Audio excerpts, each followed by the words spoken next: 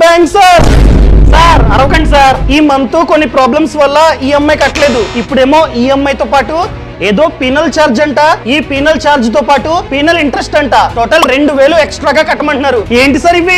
Sir penal charge అంటే nothing but late payment charge. మీరు లేటుగా ఈఎంఐ కడుతున్నారు కాబట్టి ఈ ఛార్జ్ అనేది కామన్. సో మీ ఈఎంఐ కి 1500 ఈ ఛార్జ్ అండ్ దీంతో పాటు పీనల్ ఇంట్రెస్ట్ మీ ఈఎంఐ మీద ఎక్స్ట్రాగా వడ్డీ పడుతుంది. ఇది చూసుకున్నట్లయితే 24% పర్ యానం. సో ఒక మంత్ డిలే కాబట్టి ఒక మంత్ కి లెక్కేస్తే 500 టోటల్ గా 2000 ఎక్స్ట్రాగా కట్టండి. సార్ మీకు ఇంకా ఆర్బీఐ కొత్త అప్డేట్ తెలియదు అనుకుంటా. ఏప్రిల్ 1 నుండి ఏ బ్యాంకు కూడా కావాలంటే పీనల్ ఛార్జ్ ని ఛార్జ్ చేసుకోవచ్చు, కానీ పీనల్ ఇంట్రెస్ట్ ని ఛార్జ్ అన్నది చేయనే కూడదు.